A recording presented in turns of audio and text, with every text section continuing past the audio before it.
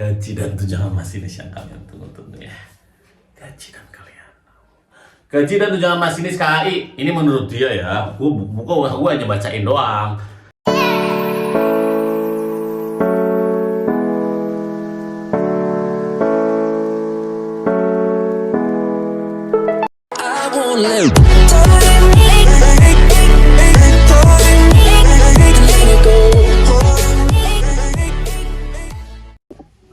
Assalamualaikum warahmatullahi wabarakatuh guys. Alhamdulillah jumpa lagi di sini. Sorry banget gue udah lama nggak ngupload karena kesibukan dan satu dan lain halnya ya. Oke, kita sekarang hari ini tuh akan membahas, karena sekarang udah mulai Januari, awal tahun 2024. Kita mulai dari nol lagi lah ya. Mulai dari nol lagi. Tata cara untuk jadi masinis tuh gimana kak? Tata cara untuk jadi seorang masinis atau pegawai KAI. Tapi khususnya masinis ya, kita akan fokus ke masinis dulu karena untuk bagian lain gue kurang menguasai. Mungkin kalau untuk menjadi seorang pegawai KAI tahapannya sama, cuma ini kita akan fokus menuju ke arah jadi masinis. Oke, 3, 2, 1. Kita ada 3 materi nih, salah satunya pendaftaran, ada gaji masinis, dan ada mes masinis. Kita ulasnya mes masinis aja dulu. Nih, ada mas masinis nih. Tempat istirahat masinis ya? Merupakan mes masinis yang terletak di Cipinang, Jakarta Timur. Oh, ini yang di Cipinang ya? Interior dalamnya, tonton terus video ini ya. Dan inilah interior Gria Karya Anggrek di Wih, tingkat ya, dilihat dari tempatnya udah tingkat, keren banget kan? Di Cipinang. Wih, hotel banget lah ya. Amazing banget. Jadi ini fasilitasnya 2 masinis, mungkin masih dari asistennya. Oh, ada ruangan untuk membacanya, ada lemarinya cukup ya. Ini lebih dari cukup menurutku. Wih, wastafalnya keren banget. Mantul, estetik banget, instagramable banget nih orang-orang ya teman. Oh ini ada musolanya juga. Wah, ini lengkap fasilitasnya ya. Teman-teman yang ngiler pengen jadi masinis, apalagi dari kru Cipinang. Ini dia satu. Mungkin bisa jadi daya pikat buat kalian. Banyak ada di Cipinang ya, di dekat Jatinegara. Mes masinis. Oh, itu mes masinis Anggrek yang di Cipinang. Oke, next yang kedua. Masinis kereta api. Ini di mana nih? Tadi dulu, kita ini mes masinis di mana nih kata deh? Tadi dulu kita lihat dulu ini UPT ke mana? Mana cepetnya kemana? UPT KAI Gria Karya Banjar, ada di Banjar Patroman kalau ini. Iya sih, Banjar Patroman bukan sih? Kalau itu gue mampir gue. Amazing banget ya. Sama tingkat juga ya, mantap banget sih. Buat teman-teman ngiler nggak tuh jadi masinis, mantap nggak sih? Wah, ini kamar 7 kita lihat. Wih, tidak beda dengan yang tadi ya. Stepnya itu 2 kasur, saling berdekatan, tidak berjauhan biar tidak rindu. Amazing. Amazing bener. AC cukup, oke, mantap lah ya. Ini lebih dari cukup. Wah, amazing banget. Wah, mantap. Wih, bisa buka sendiri gitu guys. Itu pakai tali gak sih? Apa otomatis? Oh, ada anduk yang jatuh malah itu ada. Oh, bukan anduk. Sorry. Ini kayaknya spraynya terjatuh. Tuh. Sebagai awalan buat daya pikat kalian kalau pengen jadi masinis, itu salah satunya udah di PT Kru KA Banjar sama Cipinang. Udah tertarik ya. Oh, kalau udah paham, kita mulai dari ini KPK ya, gua ada namanya sekarang masuk ke ini dulu nih.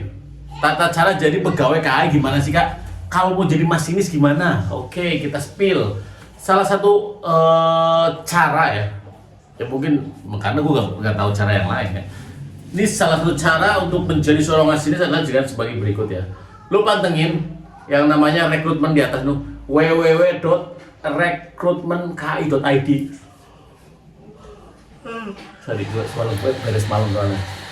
Aku berkaya ID, di situ nanti menu dibuka, bapak pilih di menu lowongan, cerot. Setelah lowongan nanti ada rekrutmen tuh. Terakhir itu kemarin 24 November 2023 rekrutmen eksternal khusus bersumber dari lulusan Institut Transportasi dan Logistik Trisakti ya. Ini kita ambil yang SLTA ada nggak ya? Nah ini nih, rekrutmen eksternal tingkat SLTA D3 D4 S1 2023 ya untuk gelombang 2. Oke, ini persiapkan ini akan jauh dari nanti di gelombang pertama mungkin 2024 di tahun berapa ya? Di bulan apa? Tunggu aja. Oke, kita lihat nih. Persiapkan diri kalian mulai dari hal seperti ini. Oke. Rekrutmen eksternal tingkat SLTA D3 dan E4 S1 2023 nanti semoga di 2024. Nih syarat yang harus kalian persiapkan antara lain itu warga negara Indonesia, udah tentu dong warga negara Indonesia. Terus kemudian jenis kelamin pria dan wanita, oke. Bisa saja pria saja. Tergantung kebutuhan kalau ini ya. Lanjut ke sehat jasmani rohani, memiliki ijazah atau SKL ya. Nih untuk SLTA ya. SLTA itu SMK, MA, SMK, MAK ya. Di sini SLTA jadi mencakup nilai UAN rata-rata minimal 7,0. Mamam lu. Buat teman-teman mendingan cari aman, ambil angka 8. Buat teman-teman yang masih SMP, hayu edankeun, nilainya harus dikejar. Tuh untuk SLTA MK tahun 2000 setelahnya itu mana? Oh, nilai ujian sekolah ya. Kalau yang 2020 ke atas itu pakai ujian sekolah 7. Tuh, amazing nah. Untuk D3 itu IPK-nya 3,0, akan dites jurusan program studi pada saat lulusan itu untuk D3B. Ya, kalau untuk D4, S1, S2 itu akan dites jurusannya harus A. Dengerin, ini yang paling penting, usia pelamar per 1 Juni. Jadi per 1 Juni, sebelum Juni oke.